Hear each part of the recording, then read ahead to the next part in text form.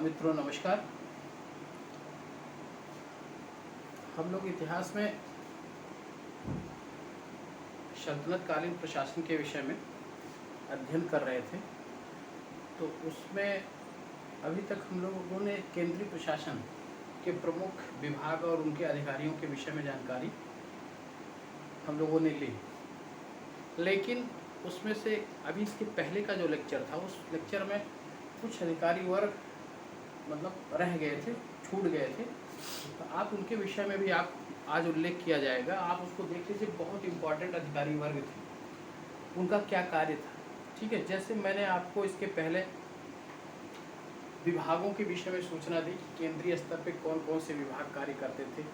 ठीक है, एक दीवाने वजारत था, दीवाने आरिस था, दीवाने इंशा था, दीवाने रसालत था। ये आपका दीवाने वजारत आपका राजस्व विभाग से संबंधित था, इसका प्रमुख वजीर कहलाता था। उसके बाद दीवाने आरिज जो था वो अर्ज या दीवाने कभी कभी अर्ज का भी उल्लेख प्राप्त होता है, तो वो आपका सैन्य विभाग रहता था और उसका प्रमुख आरिज ममालिक कहलाता था। दीवाने इंसा शाही पत्राचार से संबंधित विभाग था। शाही मतलब जो वो सुल्तान के से संबंधित, ठीक है, उन्हीं की दरबार से संबंधित, उनके सल्तनत के जो है सचिवालय से संबंधित जो पत्राचार होते थे, उसका प्रमुख था दीवाने इंसा। ठीक है, वो विभाग था। और इंसा ये ममालिक उसका प्रमुख हुआ करता था। और इसी तरीके से मुख्य विभागों में एक और विभाग था दीवाने रसालत। ठीक है, जो आपका विदेश विभाग था। तो 4 प्रमुख विभाग थे। इसके साथ साथ आपके कुछ और अधिकारियों का जिक्र यहाँ पर होता है। एक प्रमुख अधिकारी आपका सद्र उश सुदूर। ठीक है, ये अधिकारी आपके धार्मिक विभाग, धार्मिक कार्यों से संबंधित था। धार्मिक कार्यों से संबंधित, ठीक है। और इसकी सहायता के लिए, सद्र की सहायता के लिए मुफ्ती नामक अधिकारी हुआ करता था। ठीक है, सद्र उस सुदूर धार्मिक कार्यों से संबंधित। ठीक है, और उसकी सहायता कौन करता था? मुफ्ती करता था। ठीक है, और इसी प्रकार से न्याय से संबंधित जो प्रमुख अधिकारी था, उसका नाम काजी उल कुजात। क्या था? काजी उल कुजात। ठीक है, ये न्याय से संबंधित था। प्रायः देखा गया है कि सल्तनत में धार्मिक और न्यायिक कार्य एक ही व्यक्ति को दे दिया जाता था। तो अक्सर आपको सद्र उस सुदूर जो है वो काजी उल कुजात का भी कार्य देखते थे। ठीक है, ये प्रायः देखा गया, सुल्तानों ने सद्र उस सुदूर और काजी उल कुजात एक ही व्यक्ति को दे दिया। ठीक है, तो ये अधिकारियों के विषय में जानकारी रखिएगा। एक और विभाग इसका है जो गुप्तचर विभाग था। ठीक है, गुप्तचर विभाग का जो प्रमुख अधिकारी था उसको बरीद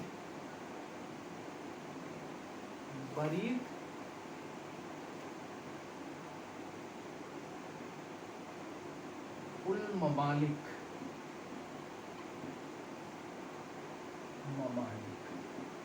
ठीक, जैसे आरिज ए ममालिक था, उसी तरीके से बरीद ए ममालिक, बरीद ए ममालिक, ये क्या था? गुप्तचर विभाग का प्रमुख था। गुप्तचर विभाग का प्रमुख। ठीक है, इसकी चर्चा कल नहीं हो पाई थी, इसलिए आपको पुनः रिपीट कर देते हैं। सद्र उस सुदूर धार्मिक कार्यों से संबंधित, इसकी सहायता मुफ्ती किया करता था।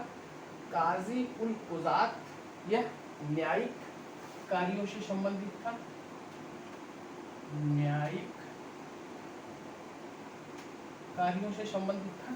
और उसके बाद बरीद ई ममालिक जो था वह गुप्तचर विभाग का प्रमुख था, और जो गुप्तचर होते थे वो क्या कहलाते थे, बरीद कहलाते थे। ठीक है, इसके बाद कुछ और प्रमुख अधिकारियों की चर्चा यहाँ हम लोग कर लिया जाए, इसलिए कि इसकी एग्जामिनेशन में आने की संभावना प्रबल रहती है। ठीक है, एक अधिकारी आपका अमीर ए बहर,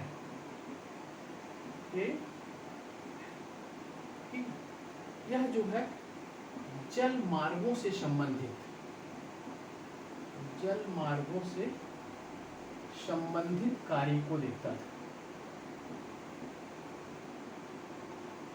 ठीक है, अमीर ए बहर।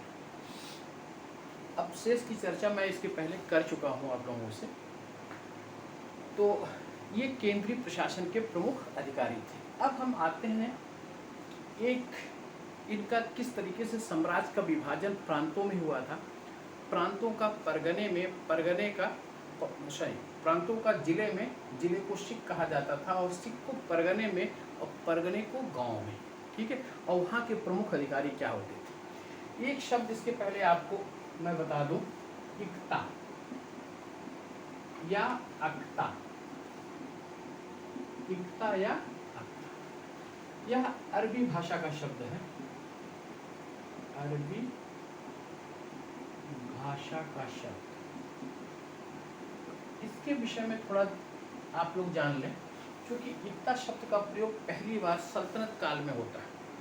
ठीक है, भारत में इक्ता दिए जाने का एक प्रश्न पूछा गया है कि भारत में इक्ता प्रणाली को किसने प्रारंभ किया। ठीक है, ये थोड़ा सा कॉम्प्लिकेशन इसमें है। कॉम्प्लिकेशन ये है कि भारत में इक्ता को प्रारंभ करने का श्रेय मोहम्मद गोरी को जाता है। किसको? मोहम्मद गोरी। ठीक है, लेकिन इसे व्यवस्थित रूप प्रदान कौन किया था, व्यवस्थित स्वरूप किसने दिया था? इल्तुतमिश ने। यानी कि इसको संगठित किया और व्यवस्थित किया। ठीक है, इसलिए अगर ये प्रश्न आए, वैसे आने की संभावना रहती है इसकी, अगर ये प्रश्न आए कि भारत में इक्ता प्रथा को किसने प्रारंभ किया, तो आप मोहम्मद गोरी इसका आंसर दीजिएगा। ठीक है, लेकिन भारत में इक्ता को किसने संगठित स्वरूप प्रदान किया या वास्तविक रूप से इक्ता प्रथा का संस्थापक कौन था, तो आप इसका आंसर इल्तुतमिश दीजिएगा। ठीक है, इक्ता के बारे में जरा हम लोग देख लेते हैं कि इक्ता होता क्या है। पूर्व मध्यकाल में जो सामंतवादी व्यवस्था थी, आपके मुस्लिम काल में या सल्तनत काल में वह सामंतवाद इक्ता में परिवर्तित हुआ। सामंतवाद किसमें परिवर्तित हुआ? इक्ता में। अब इक्ता और प्रांत, इन दोनों में थोड़ा सा अंतर आप देखिएगा। इक्ता वो होता था जो सैनिकों को उस क्षेत्र उनको वेतन के बदले प्रदान किया जाता था। पहले शुरू में जब इल्तुतमिश ने अपनी सत्ता स्थापित की, तो सैनिकों को वेतन कैसे दिया जाता था? तो वो सैनिकों को क्या करते थे, जो सैनिक प्रमुख होते थे उनको वेतन इक्ता के रूप में देते थे। यानी कि कुछ क्षेत्र जहाँ का भू राजस्व वह अधिकारी वसूल करता था, क्षेत्र डिसाइड हो जाता था। इक्ता दो प्रकार के होते थे, एक छोटे इक्ता होते थे और दूसरा बड़े इक्ता होते थे। ठीक है, जो बड़े इक्ता होते थे वो प्रांतों के समान होते थे। ठीक है, और छोटे इक्ता जो होते थे वो मुख्यतः सैनिक अधिकारियों को दिए जाते थे, और जो छोटे इक्ता का प्रमुख होता था वह इक्तादार कहलाता था। ठीक है, इक्ता को हम क्या करते हैं, इक्ता को दो भागों में बांटते हैं, एक छोटा इक्ता और दूसरा बड़ा। ठीक है, ये जो बड़ा इक्ता होता था, यानी कि बड़ा का मतलब है किसका क्षेत्र काफी बड़ा होता था और इसका क्षेत्र छोटा होता था, और सैनिक अधिकारियों को मुख्यतः इतना प्रदान किया जाता था किसके वेतन के बदले। ठीक है, अब इसके प्रमुख रूप क्या कहा जाएगा, इक्तादार। ठीक है, और जो बड़ा इक्ता होता था उसके प्रमुख क्या कहलाते थे, मुक्ता या बली, वली। ठीक है, बड़े इक्ता के प्रमुख क्या कहलाते थे, मुक्ता या वली, और छोटे इक्ता के प्रमुख क्या कहलाते थे, इक्तादार कहलाते थे। इक्ता एक स्थानांतरित होने वाली व्यवस्था थी, यानी कि जिन सैनिकों को दिया जाता था उन सैनिकों का एक इक्ता से दूसरे इक्ता में स्थानांतरण होता था, किया जा सकता था। ठीक है, लेकिन आगे के सुल्तानों में खासकर आपके फिरोज तुगलक ने इक्तादार को वंशानुगत, जो इक्तादारी प्रथा थी उसको वंशानुगत स्वरूप प्रदान किया था। ठीक है, यानी कि आप इक्ता है, आपके बाद जो है आपके पुत्र, ठीक है, उसके बाद वह वंशानुगत रूप से इक्ता चलती रहती थी। ठीक है, तो अब आप इक्ता के कॉन्सेप्ट को समझ लीजिए कि यानी कि यह वह भू क्षेत्र, जिस भू क्षेत्र में सैनिकों को उनकी वेतन के बदले प्रदान किया जाता था जिससे वह राजस्व वसूलता था, और वह एक भाग सुल्तान के लिए, ठीक है, सैनिकों के रूप में खर्च करते थे, यानी कि कुछ सैनिक सुल्तान के लिए वह खर्च किया जाता। ठीक है, इसी तरीके से आप पूर्व मध्यकाल में देखते हैं सामंतवाद था। सामंतवाद में क्या था, शासक जो रहता था, जिसका क्षेत्र का जो प्रमुख, जो राजा रहता था, वो अपने प्रभावशाली व्यक्तियों को या प्रमुख अधिकारियों को सामंत के रूप में भूमि दे देता था, और वो सामंतवाद कहलाते थे। ठीक है, जो भूमि प्रदान जिसको किया जाता था वो क्या कहते थे, सामंत कहलाते थे।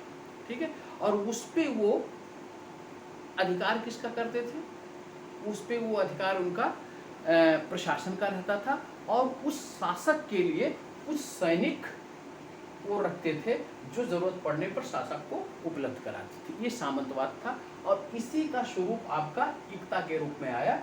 इक्ता भी राजस्व वसूल करते थे, और इसके साथ साथ वह सैनिक सुल्तान के लिए भी, जो सैनिक रखते थे वह सुल्तान के कार्यों में सहयोग करते थे, या जब जरूरत पड़ती थी सुल्तान के लिए वह उपलब्ध कराते थे। ठीक है, अब देखिए इक्ता और प्रांत, जो बड़े इक्ता होते थे वो प्रांत का स्वरूप उनका होता था। ठीक है, प्रांतों में क्या होता था, इक्तादारों को सिर्फ भू राजस्व वसूल करने का था, लेकिन जो प्रांत होते थे, प्रांत में वहाँ शांति व्यवस्था, कानून व्यवस्था लागू करने की जिम्मेदारी प्रांतों के प्रमुख की रहती थी। प्रांतों के प्रमुख जो है वो नाजिम कहलाते थे, वली कहलाते थे, नायब कहलाते थे, सुल्तान या वली कहलाते थे, सुल्तान व वली, ठीक है, कहलाते थे। इस तरीके से प्रांत में क्या था, प्रशासनिक मशीनरी, यानी कि न्याय व्यवस्था, शांति व्यवस्था, कानून व्यवस्था और राजस्व, ये सब प्रांतपति को प्राप्त था। ठीक है, और इक्तादार को क्या प्राप्त था, सिर्फ भू राजस्व वसूल करने का अधिकार। ठीक है, ये हमारे इक्ता प्रथा थी। अब हम साम्राज्य को का जो विभाजन होता था, ये किस पे किया गया, प्रांत में। ठीक, प्रांत का विभाजन किस पे किया गया, जिले में, और जिले का विभाजन परगना में, और परगना का विभाजन गांव में। ठीक है, अब साम्राज्य का प्रमुख सुल्तान, प्रांत का प्रमुख आपका नायब, नाजिम, मुक्ता, वली। ठीक है, ये कौन से प्रांत के प्रमुख कहलाते थे। ठीक है, जिले का जो प्रमुख होता था, जिले को उस समय सिक नाम से जाना जाता था, सिक।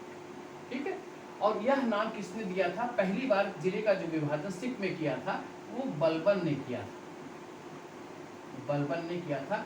इसका जो प्रमुख होता था वो सिकदार कहलाता था, सिकदार। जिले का प्रमुख, और इसकी सहायता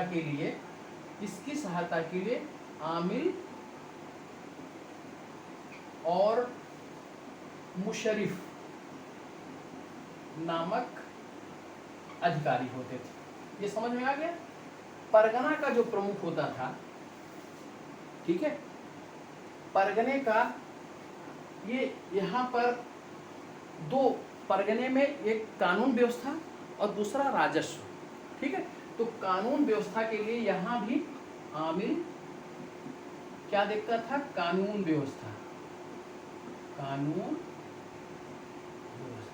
और दूसरा इसके साथ साथ परगने का जो दूसरा पदाधिकारी था उसका नाम मुशरिफ था। क्या नाम था, सॉरी, मुंसिफ, ठीक। यह क्या करता था, राजस्व देखता था, राजस्व का कार्य देखता था। इसकी सहायता के लिए परगने में और भी अधिकारी नियुक्त किए गए थे, ठीक है। उन अधिकारियों में ये दो मुख्य अधिकारी थे परगने के, आमिल और मुंसिफ, ठीक है। इसकी सहायता के लिए जो अधिकारी परगने में नियुक्त किए गए थे वह क्या कहलाते थे, एक तो गुमास्ता, दूसरा कारकून, तीसरा मुहस्सिल, ठीक है। परगने में आमिल और मुंसिफ, आमिल कानून व्यवस्था देखता था, मुंसिफ राजस्व देखता था, और इनकी सहायता के लिए गुमास्ता क्या करता था, कारकून क्या करता था, मुहस्सिल क्या करता था कि यह जो है भू राजस्व वसूलने का कार्य मुहस्सिल करता था। मुहस्सिल का कार्य क्या था, भू राजस्व वसूलना, ठीक है। यह कार्य कौन करता था, मुहस्सिल। गुमास्ता क्या करता था, शाही आदेशों को पढ़कर सुनाना, शाही आदेशों को पढ़कर सुनाना, ठीक है। और कारकून क्या करता था, कारकून जो है हिसाब किताब रखता था, हिसाब किताब, यानी कि लेखक जो इसका लेखक का कार्य था वो कारकून का था, ठीक है। आपको गांव अभी मैं छोड़ा हुआ हूँ, गांव के पहले एक बार पुनः मैं रिपीट करा देता हूँ। साम्राज्य में प्रमुख सुल्तान होता था, जो प्रांत थे, प्रांत का प्रमुख नायब, नाजिम, मुक्ता या वली कहलाते थे, ठीक। उसके बाद जिला को सिख नाम किसने दिया, बलबन ने दिया, ठीक है। आप जरा सोचिए कि जब पहली बार एक नवजात अवस्था में यह साम्राज्य रहा होगा, यानी कि मोहम्मद गोरी के बाद, भाई यहाँ के तो रहने वाले नहीं थे, वो बाहर से आक्रमण किया और कुछ क्षेत्रों को विजित किया, ठीक है। वो क्षेत्र धीरे धीरे साम्राज्य विस्तार बाद के दिनों में होता है। आप जरा कल्पना करिए, जब क्षेत्र को विजित करेंगे तो क्या उस क्षेत्र का तुरंत प्रशासनिक मशीनरी सक्रिय हो जाएगी, नहीं होगी, ठीक है। यानी कि साम्राज्य का विभाजन प्रांत में, प्रांत का विभाजन जिले में, जिले को परगना, परगना को गांव, इतना जल्दी विभाजन नहीं होता था। तो करते क्या थे, जो साम्राज्य विजित करते थे उस साम्राज्य को पहले इक्ता के रूप में बांट देते थे, ठीक है। उसके बाद जो जिले का कॉन्सेप्ट आया, जब उसने इस्टेब्लिश हो गया, ठीक है, उनका अधिकार लगा कि अब यहाँ पर हम स्थायित्व होने लगा, तब उसकी प्रशासनिक मशीनरी वर्क करने लगी। और प्रशासनिक मशीनरी में पहली बार इस इक्ता या प्रांत को किस में बांटा गया, सिख में, जिले में, किसके, बलबन के शामिल, ठीक है। और यही जिला लोधियों के काल में, लोधी वंश में क्या कहलाने लगा, जिला सरकार कहलाने लगा। ये जिला क्या कहलाने लगा, सरकार। किसके काल में, लोधियों के काल में। बलबन ने क्या नाम दिया था, सिख। प्रमुख क्या था, सिकदार, ठीक है। उसकी सहायता के लिए कुछ अधिकारी होते थे, आमिल और मुशरिफ, ठीक है। उसके बाद परगने में विभाजन हुआ, परगने में भी आमिल और मुंसिफ, यहाँ मुशरिफ था, यहाँ मुंसिफ, कानून व्यवस्था की देखरेख करने वाला, और मुंसिफ जो है राजस्व व्यवस्था की देखरेख करने वाला अधिकारी था। इनकी सहायता के लिए गुमास्ता होते थे, कारकुन होते थे और मुहस्सिल होते थे। ये कहाँ तक आए हम? परगनित तक। अब हम आते हैं गांव। ठीक है, गांव कैसे संचालित किया जाता था।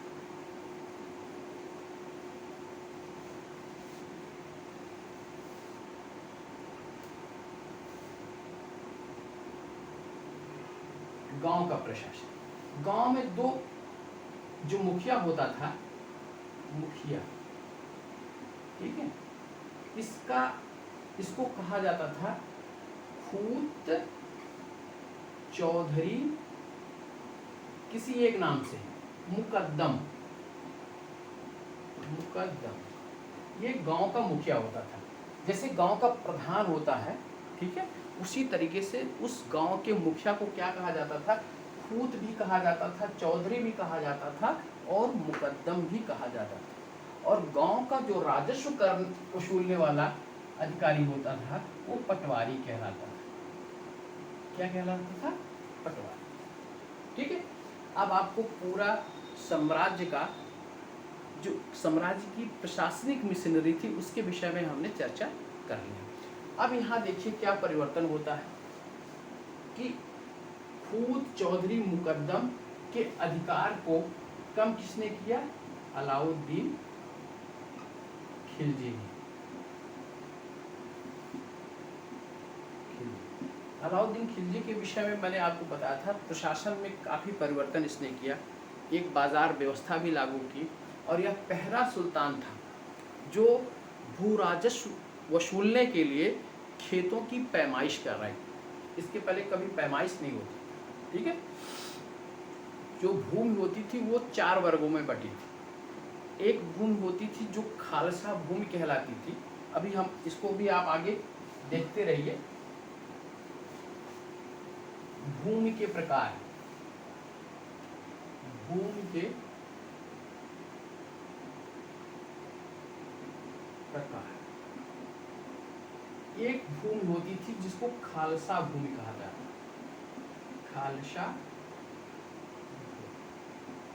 ठीक है, यह केंद्रीय नियंत्रण में रहने वाली सरकारी भूमि होती थी। ठीक है, इसको खालसा, इस पे सारा अधिकार सुल्तान का रहता था, यानी कि जो प्रशासनिक मेन तंत्र था उसी का अधिकार रहता। दूसरी भूमि ऐसी होती थी जो लोगों को, या हिंदू, इसके पहले जो होते थे हिंदू प्रांतों के प्रमुख, ये भूमि ये भी होती थी। दूसरा जो है इनाम, वक्फ और मिल्क के रूप में दी जाने वाली, के रूप में दी जाने वाली भूमि।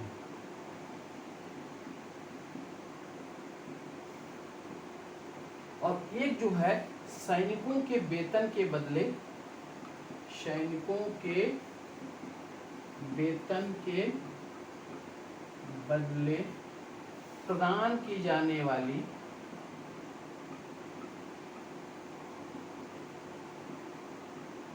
भूमि।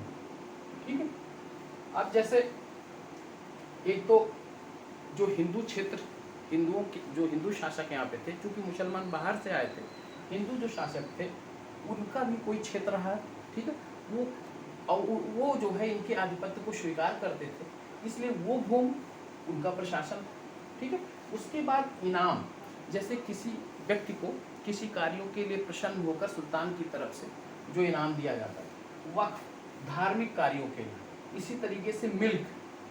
ठीक है, ये सब जो है अनुदान के रूप में दी जाने वाली भूमि, ये भूमि भी रहती थी। इस भूमि पर जिसको अनुदान दिया जाता था उसका पूरा नियंत्रण रहता था, और खासकर किसका? राजस्व वसूलने का। ठीक है, और इसके साथ साथ सैनिकों को वेतन के बदले में जो छोटे इक्ता दिए जाते थे वो भूमि रहती थी। ठीक है, अब यहाँ क्या करते थे कि खेती के लिए, और उससे जो भू राजस्व प्रमुख स्रोत के रूप में था, ठीक है, उस भू राजस्व को कैसे वसूलते थे। ठीक है, पहले मैं आपको कर व्यवस्था पढ़ा देता हूँ, फिर उसके बाद भू राजस्व के विषय में चर्चा करते हैं कि कैसे उसका वसूली किया जाता है। तो पहली बात कर व्यवस्था में आप देख लीजिए, यहाँ की कर दो प्रकार के होते थे, एक धार्मिक कर और दूसरा धर्मनिरपेक्ष कर। धर्म निरपेक्ष, ठीक है।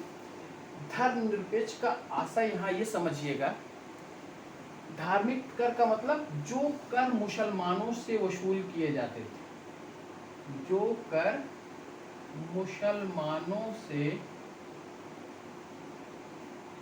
वसूल किए जाते थे वो कौन से कर कहलाते थे? धार्मिक कर, ठीक है। और धर्मनिरपेक्ष कर ऐसा कर था जो मुसलमान के अलावा जैसे हिंदुओं से वसूल किया जाने वाला कर, यानी कि गैर मुसलमानों से, गैर मुसलमानों से, ठीक है। अब ये धर्मनिरपेक्ष कर में कौन कौन से कर आते हैं जरा देख लीजिए। एक कर पहले आप जरा सोचिए कि जजिया, ठीक है, यह किससे लिया जाता था? यह गैर मुसलमानों से लिया जाता था, यानी कि जो हिंदू लोग होते थे उनसे जजिया वसूल किया जाता था। उसके बाद दूसरा कर है खुम्स, खुम्स, और तीसरा कर है खराज, ठीक है। ये कर जो है कौन से कर कहलाएंगे? धर्मनिरपेक्ष।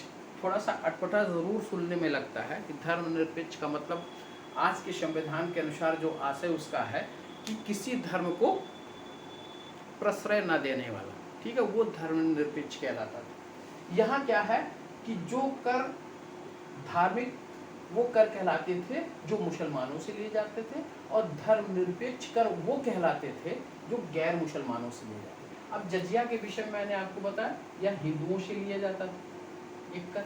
इसके कहा जाता, कहा क्या इसमें ये है कि स्त्रियों से, बच्चों से, पुजारी से, पागल व्यक्ति से या ऋणी व्यक्तियों से यह कर नहीं लिया जाता था, ठीक है। और फिरोज शाह तुगलक एक ऐसा सुल्तान था जो ब्राह्मणों से भी जजिया वसूल किया, ठीक है। ये प्रश्न काफी आता है, ठीक है। यह ब्राह्मणों से भी जजिया वसूल किया।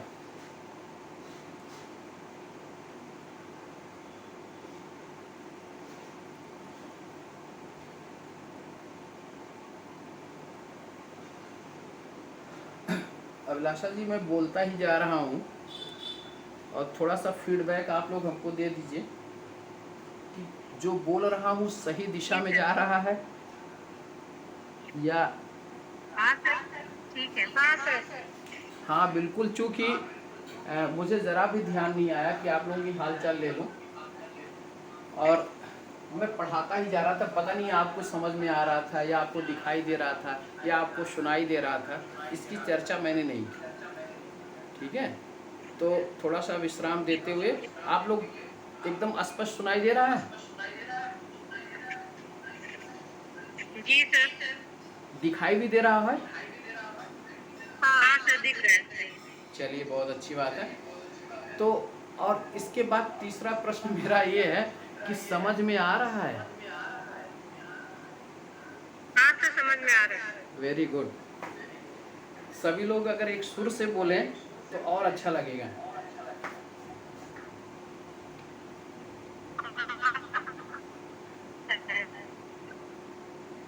प्रिया जी, सुप्रिया जी, हो जा रहा है सब, हैं? बहुत अच्छे तरीके से सब स्पष्ट हो जा रहा है। अच्छा अच्छा, चलिए बहुत अच्छी बात है, ठीक है। तो आप एक स्मार्ट योगा टैबलेट, ये कौन महाशय जी इससे जुड़े हैं? शीतल मैम है। ओह ठीक ठीक, पहले इसमें नाम आता था, वो नाम स्मार्ट योगा टैबलेट। चलिए,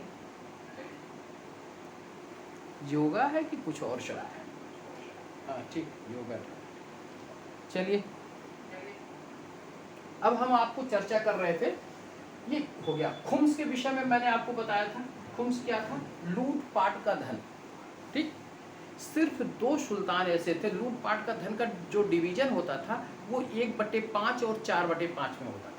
1/5 भाग सुल्तान लेता था और 4/5 भाग उसके सैनिकों के बीच में बांटा जाता था। लेकिन 2 सुल्तान ऐसे थे जो खुम्स के भाग को जस्ट उलट दिए, यानी कि 4/5 भाग स्वयं लिए और 1/5 भाग सैनिकों में। वो दोनों सुल्तान का क्या नाम है? वो दोनों सुल्तान का नाम अलाउद्दीन खिलजी, ठीक, और इसके साथ साथ मोहम्मद बिन तुगलक।